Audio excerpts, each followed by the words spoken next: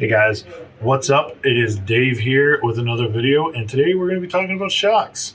I'm going to be rebuilding the shock and show you kind of the ins and outs and maybe a couple little tips and tricks that you may or may not have known.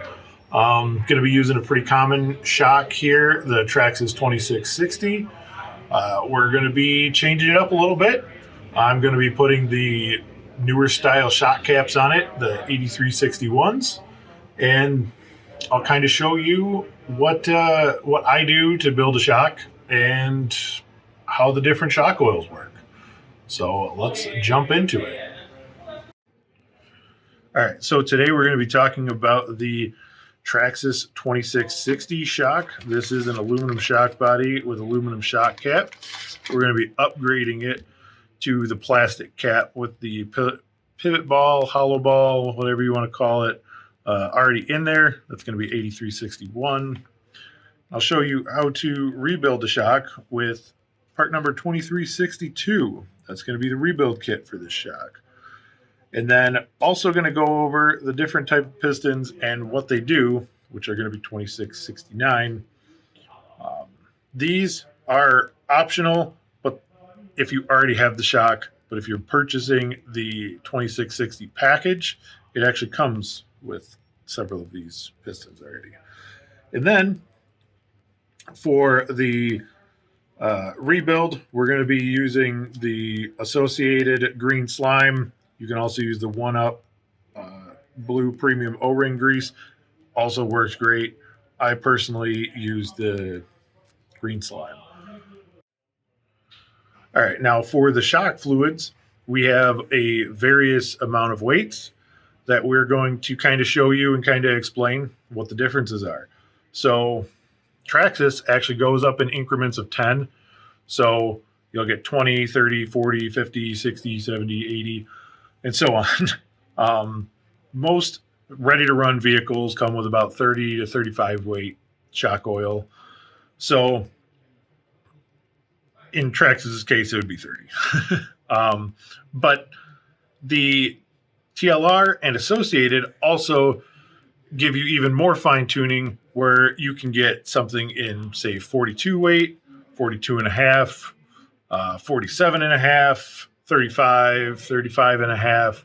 So it really helps you dial in what you want to do with your shocks, because at the end of the day, the shocks are one thing that you really want to tune in and have performing at their best.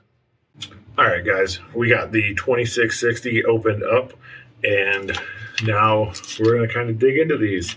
So basically for rebuilding, typically you'll use shock pliers, or I just use regular needle-nose pliers. For the specific 2660, there is a snap ring, and you're going to need snap ring pliers or tweezers. Sometimes work as a substitute if you're in a pinch. So I highly suggest snap ring pliers, but for this, we're going to use some tweezers, because why not? All right, so now that we got the shock apart, we are going to take a look at some of the pistons that come in 2669. Kind of explain the difference between these two. So this right here, right there, as you can see, actually has 3 holes in it, and then this one only has, make sure we're not covering those, 2 holes in it.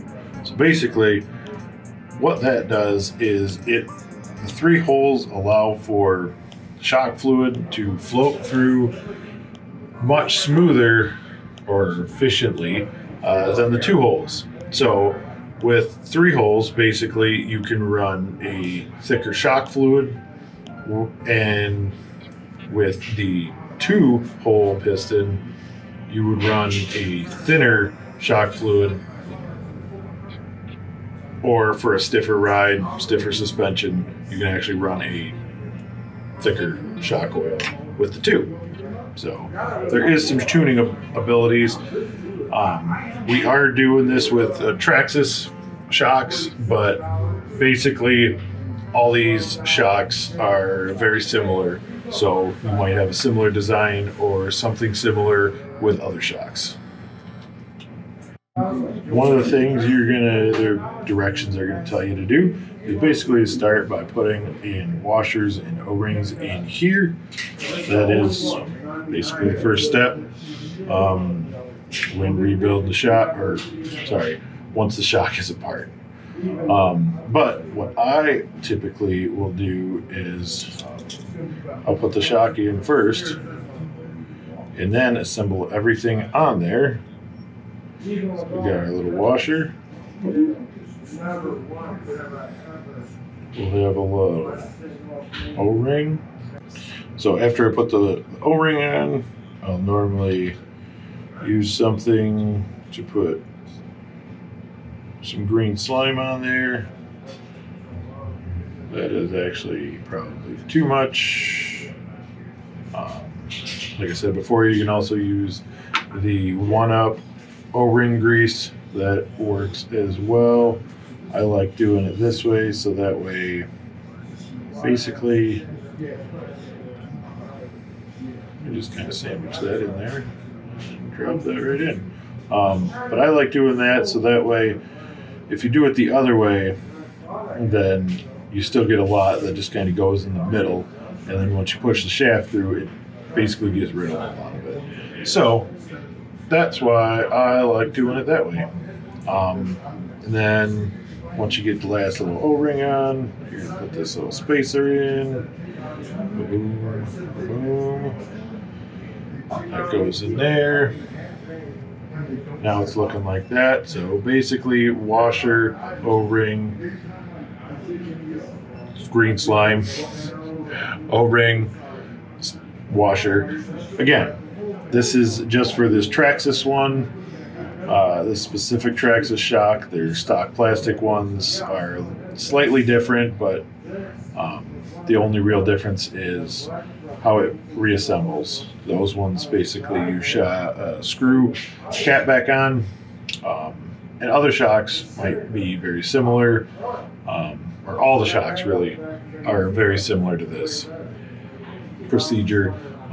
This is where it gets a little tough because to put snap ring on. So for the sake of this video being 17 hours long and me embarrassing myself, I'm going to put this O-ring on off camera.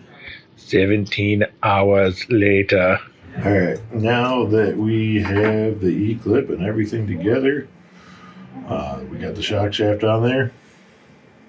Now we're going to put a rod end on here.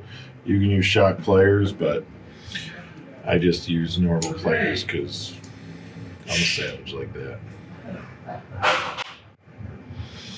You normally don't want to use regular pliers just because it can spin and mar up the shock shaft.